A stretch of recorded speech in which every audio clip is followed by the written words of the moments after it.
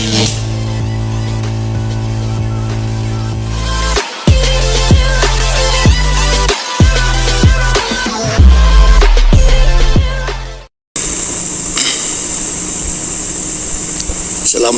warahmatullahi wabarakatuh. Alhamdulillah wa syukurillah, la haula wala quwata illa billah. Rabbi shrah li sadri wa yassir li amri wahlul 'uqdatam min lisani yafqahu qawli. Amma ba'du. Yang saya amat hormati Bapak Doktor Kandidat Pak sekarang Bapak Panji Gumilang SP Esos Pak ya. Dari sekarang rajin saya panggil beliau sudah doktor kandidat ya Pak, karena beliau sebenarnya bukan mahasiswa saya, bukan Pak, teman saja gitu, karena ilmunya ya bisa dilihat secara nyata lah gitu. Hanya keduluan saya doktornya begitu Pak, bukan begitu Pak, gitu ya, itu Pak. Kemudian Bapak Rektor ya, Rektor Ketua Yayasan Bapak Sir Imam, selanjutnya saya lupa MBE tahunya ya Pak. Mohon izin Pak, beliau juga sebenarnya bukan mahasiswa saya, teman saya Pak, karena dia sudah lektor ya Pak, saya baru kaprodi, bukan begitu Pak, begitu Pak. Jadi ya kebetulan sama dengan Pak Doktor Kandidat Panji, duluan saya doktornya ya Pak, begitu, dan minta izin. Kemudian bapak-bapak sekalian yang kemarin bareng di UGJ dengan saya, yang mengambil program doktorat UGJ ya Pak, namanya saya bukan lupa, memang belum tahu Pak, gitu. Bisa angkat tangan Pak. Nah, semuanya calon ilmuwan semua Pak. Ya mantep lah, mantap ya Pak. Baik, di bawah asuhan Doktor Kandidat Bapak Panji Gumilang Esos SP Pak. Hebat sekali Pak. Izinkan saya sebenarnya bukan isi apa namanya, enggak, dari ngobrol aja, lebih ngobrol aja Pak ya, ngobrol aja Pak, karena saya percaya di sini Bapak sudah sangat tahu, lebih tahu dari saya lah gitu Pak, gitu. Baik, kemudian yang terhormat bapak-bapak petani ya Pak, itu kalau saya sebut Pak Doktor Panji, itu saya sebut farmer gimana, karena petani dengan farmer itu sedikit berbeda Pak. Kalau petani itu lebih ke konvensional, tradisional, kalau farmer lebih ke modern, begitu. Saya baru aja diajak ke sana Pak, ternyata teknologi aja itu luar biasa gitu. Dari kebo, ayam, padi sudah ada. Jadi maka saya sebut farmer bukan petani Pak. Setuju ya Pak ya? Jadi Anda petani modern, petani yang luar biasa, begitu Pak, begitu. Itu sedikit beda dikit itu, atau prakteknya mungkin beda sama, tapi namanya kalau farmer tradisional, kalau modern, tapi kalau petani tradisional gitu Pak.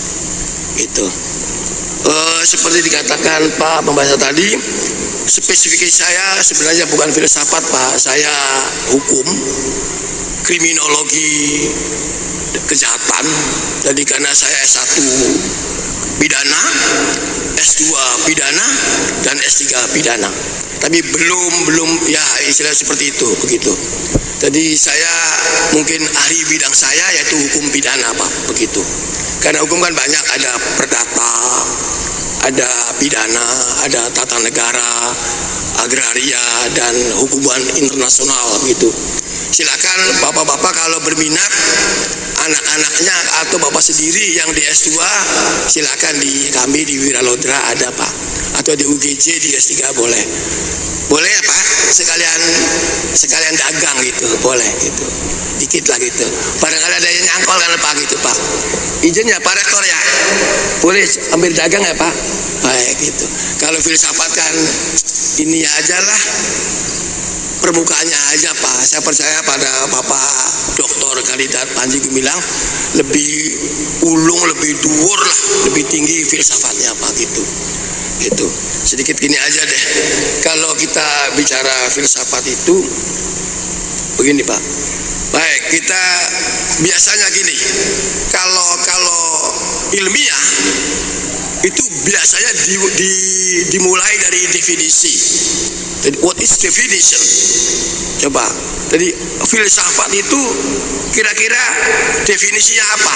Apa yang ada di dalam otak saudara, otak bapak-bapak semua kalau dengar kata filsafat?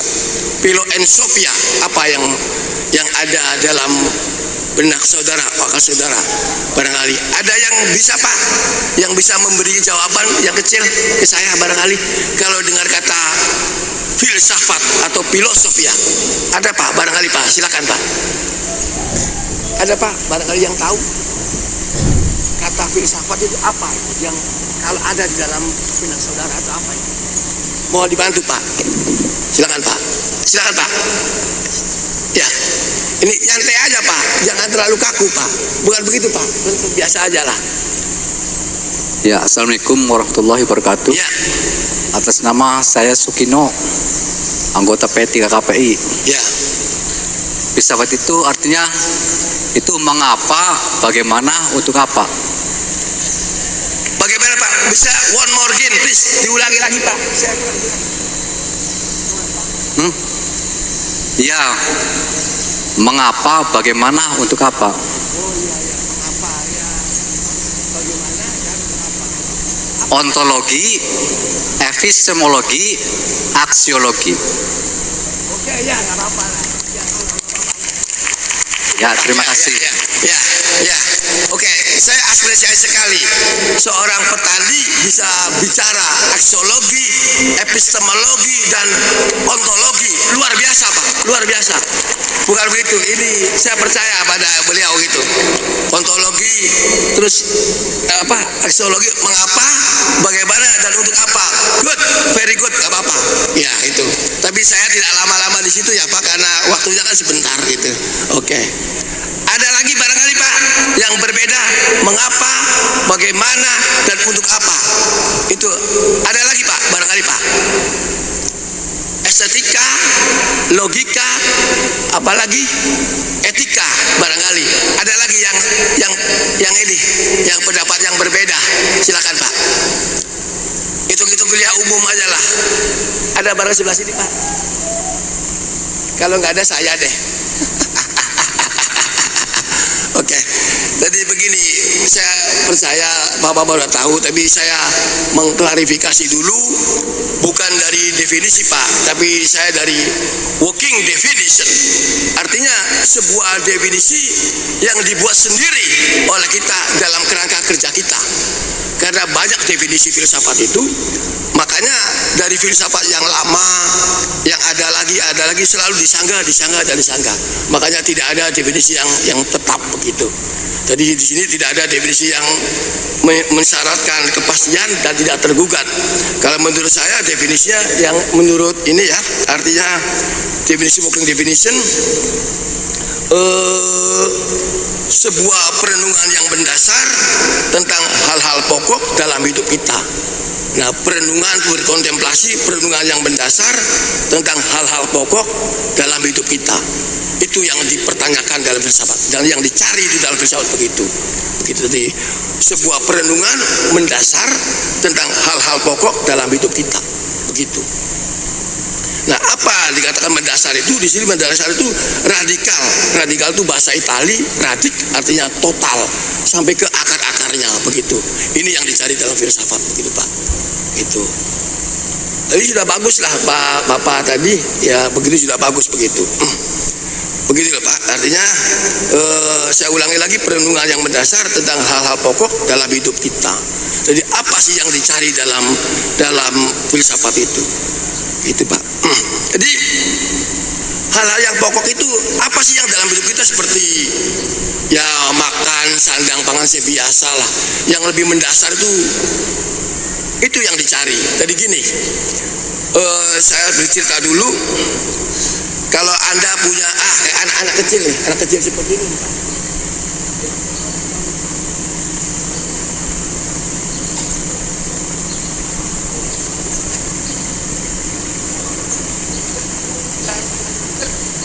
begitu. Ya, untuk apa seger? Ya biar sehat. Untuk apa sehat? Biar bisa kerja. Untuk apa kerja? Biar punya duit. Untuk apa? Terus saja Pak. Nah itu anak kecil. Itu sebenarnya pertanyaan yang mendasar. The big question and ultimate question. Itu yang dicari dalam filsafat. Begitu. Nah kemudian agak besar, katakanlah hilang itu pertanyaan itu tuh. Hilang aja. Nggak pernah bertanya siapa dirinya, untuk apa mandi, untuk apa cari uang, untuk apa kerja, hilang aja. Nah ada lagi ketika dia sudah sepuh, sudah tua, atau dalam keadaan-keadaan tertentu. Keadaan apa Pak? Anda bertanya nih, siapa saya Hamzah ini? Dulu, dan sekarang yang nggak tahu, ya Hamzah aja gitu. Kapan bertanya lagi? Ketika apa? Barangkali.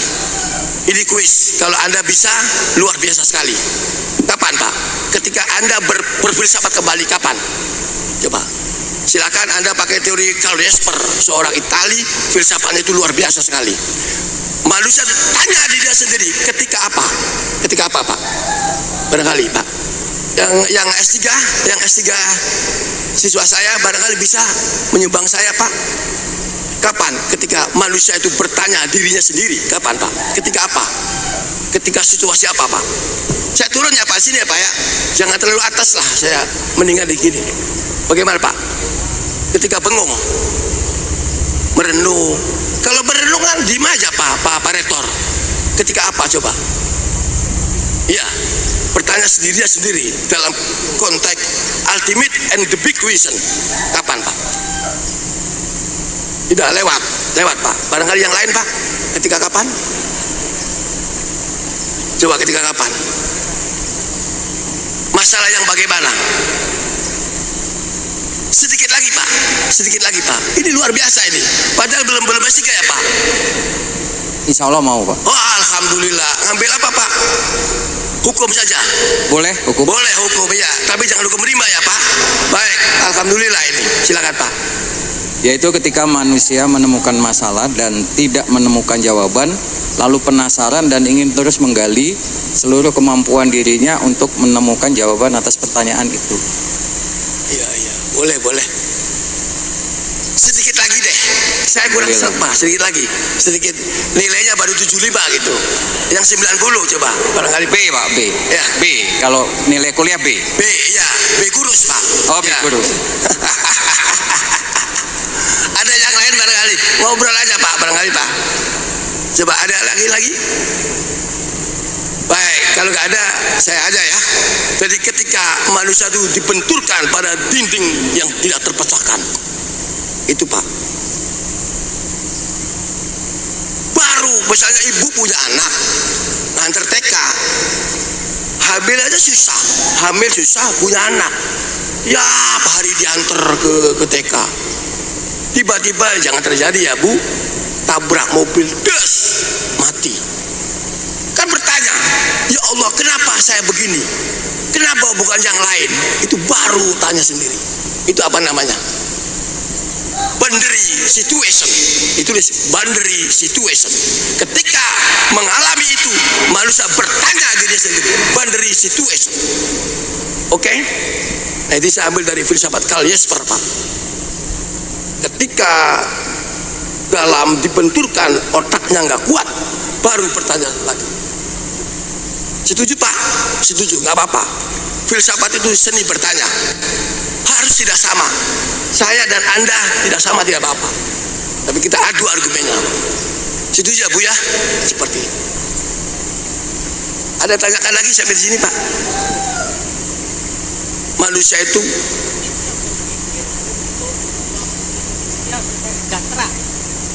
ya boleh, tapi kurang marem Pak. Ya, nggak apa-apa. Ya benar saja lah, benar aja, betul aja Bapak.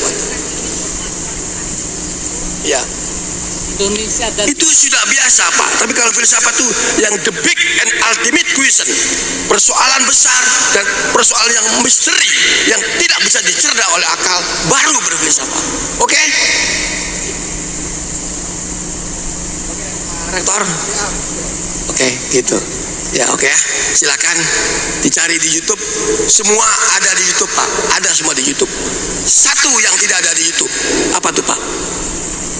Satu yang tidak ada di YouTube, apa Pak? Dari A sampai Z ada di YouTube, di Google ada. Satu yang tidak ada sampai hari ini apa Pak? Apa Pak Rektor? Barangkali Pak Rektor. Begini, dari sesuatu yang ada di bumi itu dalam Google semua sudah ada.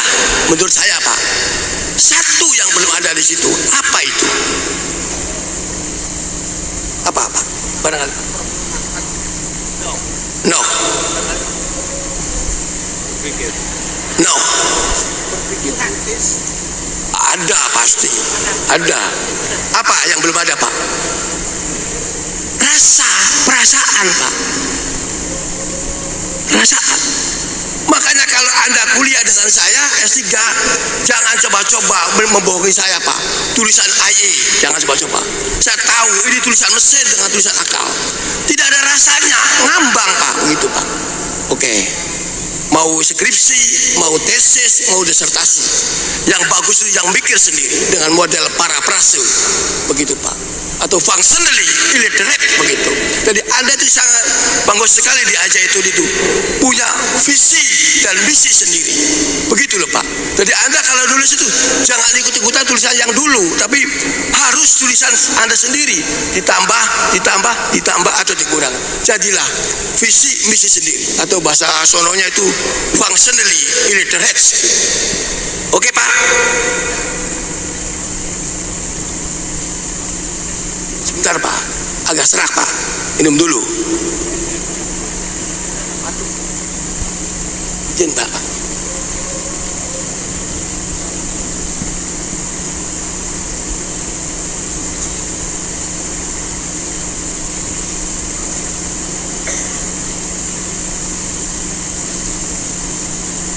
Lanjut lagi Pak. Itu tadi gitu ya Pak, ketika manusia itu mempunyai situasi yang begitu, situasi yang sangat tidak kuat atau dibenturkan pada dinding, akhirnya bertanya kembali. Baik.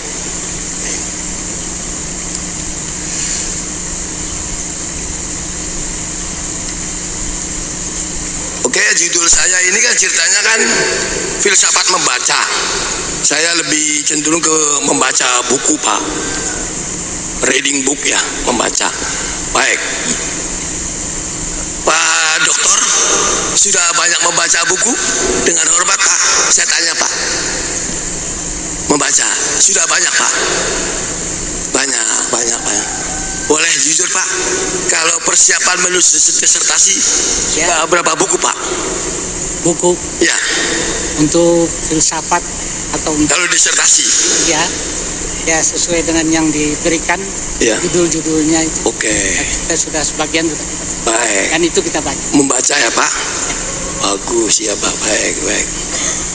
Ada yang sudah 200 buku Pak? Belum. Ya sebaiknya harus ya Bu.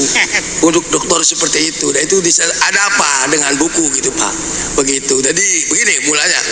Kalau saya berpendapat Pak, dunia pendidikan itu saya bagi dua. Number one, dunia lisan, ngomong. Nomor dua, dunia tulisan. Lisan dan tulisan itu ada karakternya. Kalau dunia lisan gampang terhapus Pak. Ketika Anda ngomong lupa ya sudah habis. Nah, sedangkan kalau dunia tulisan ada, dan yang paling esentik bisa dikembangkan secara sistemik dan analitik, itulah dunia tulisan. Sekali Anda kuliah menulis bisa dikembangkan. Nah, seperti orang barat itu dengan tulisannya dikembangkan gitu Pak. Begitu. Oke, jadi kalau Anda nanti jadi dokter harus bagus Pak misalnya. Karena Pak Rektor itu berbasis dosen. Ya tentu harus bagus Pak. Berbeda dengan non dosen yang calon dokter ya Pak. Begitu Pak. Siap saya periksa Pak? Baik. Ya. Baik. belum dibaca. Jadi begini, buku Pak ya, punya buku, punya jurnal, punya tulisan, sudah dianggap bisa belum Pak? Bapak punya buku nih, beli buku di Gramedia, itu buku Salemba dan lain-lain, punya, sudah dianggap bisa belum Pak? Belum. Sudah punya buku, punya jurnal orang, maksudnya bukan jurnal sendiri, terus dibaca, bisa belum? Dianggap bisa belum Pak?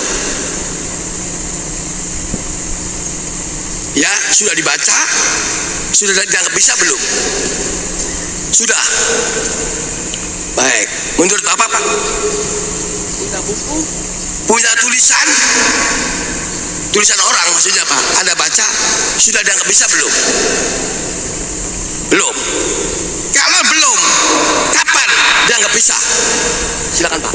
Ya, jadi dalam filsafat itu tadi Prof menyampaikan membaca. Ya. Membaca itu ada dalam artian membaca, dalam artian yang tertulis, tapi ada yang tidak tertulis. Ya. Kemudian hasil yang bisa dibaca secara fakta adalah implementasi dari hasil bacaan itu. Ya. Itu yang bisa dimaknai. Jadi dikatakan bisa mengimplementasikan itu kapan Pak? Ada wujud yang bisa ada wujud hasil yang bisa dirasakan oleh berarti seluruh masyarakat. Punya buku, ya, sudah dibaca, ya, berarti belum dianggap bisa kan? Ya. Ketika belum sudah diambil, ya, ketika sudah diimplementasi, ya, betul. Ya. Ini kalau saya banyak uang makasih 200.000 nih, kemudian saya belum nggak punya Pak. Ya, jadi begitu Pak. Jadi ketika beli buku, punya jurnal, punya manuskrip, punya artikel dan lain-lain, belum dibaca, ya belum bisa. Dibaca pun belum dianggap bisa. Ketika sudah bisa mengimplementasikan, kalau kata saya bisa memahami itu, begitu Pak. Bisa bertanya, karena bagi saya bertanya itu sebuah reduksi yang memberikan jembatan keledai menuju pemahaman. Itu bahasa filsafat. Oke. Berapa kali Anda bisa membaca buku dengan bisa paham? Ya tergantung Pak. Tergantung situasinya gitu. Dalam teorinya, makanya saya katakan teori itu tidak ada yang bagus Pak. Menurut saya teori. What is theory? Teori is why the look of fact. Tidak yang bagus. Yang bagus adalah teori yang bisa disesuaikan antara waktu dan tempatnya Pak. Begitu. Dengan begitu Pak. Kalau siang bolong begini ngobrol filsafat panas-panas, ya jortoing kan gitu Bapak. Kalau yang lagi pagi kan gitu Pak. Jadi begitu ya Pak. Silakan bikin sendiri teorinya.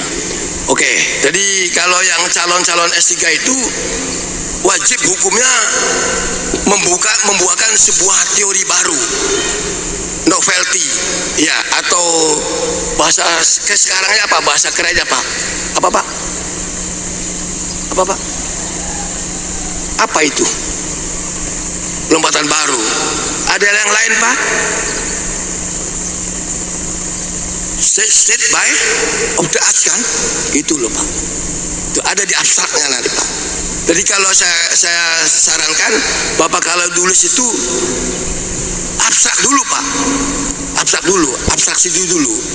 Itu. Jadi isinya abstrak kan isu yang ditulis apa, kemudian metodologi yang dipakai apa, kemudian hasil atau implikasi atau hasil dari penelitian, selesai. Begitu Pak. Baru masuk pada introduction, kemudian discussion, conclusion. Begitu Pak. Karena sulit menulis Pak. Ada semua di laptop. Tapi bagaimana cara mentransfernya, mengalihkannya kepada otak kita, itu sulitnya Pak. Makanya mari kita belajar untuk menulis Pak. Menulis jurnal atau apa gitu. Silakan.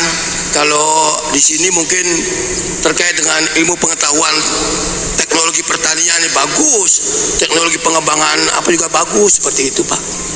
Saya kira demikian Pak.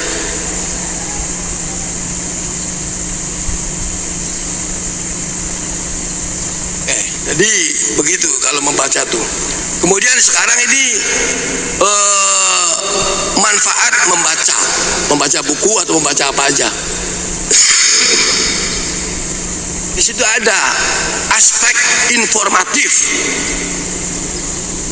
informatif. Nah, ada lagi kalau dalam pandangan filsafat itu wacananya aspek formatif dan reflektif. Jadi menurut saya ada yang lebih penting membaca itu, yaitu aspek formatif. Menurut Bapak formatif itu apa Pak? Seperti apa Pak? Ada informatif, artinya memberikan tahu dari buku ke otak kita. Ada yang lebih penting yaitu aspek formatif. Barangkali apa Pak? Silakan Pak. Biar nggak ngantuk Pak, kita dialog aja lah gitu. Saya udah deg-degan tadi waktu Prof datang. Ada 2 aspek Pak, 3 malahan kalau kata saya. Iya. Ada informatif, kemudian aspek formatif, ada reflektif dalam konteks filsafat. Membaca itu seperti Membaca. Iya, barangkali Pak. Membaca informatif berarti membaca sesuatu yang data yang sudah diolah menjadi sebuah informasi Ya. yang bisa kita manfaatkan. Ya, yang bisa kita bagus sekali. Ya. Itu informatif. Terus formatifnya apa? Formatif ini bisa berasal dari kata formasi. Ya, forms. What is form? Form. Yes.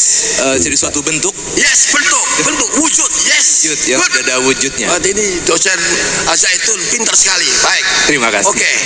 Luar biasa ini ya. Nanti calon profesor juga Pak. Amin. Terima kasih, amin. Silakan Pak. Gimana formatif Pak? Iya, tadi karena sudah menjadi suatu bentuk, Ya. itu yang menjadi suatu fakta yang dibaca, Ya. yang kemudian bisa kita ramu menjadi suatu kebaruan novelty yang ya. dari hasil bacaan kita. Formatifnya. Ya, itu formatif.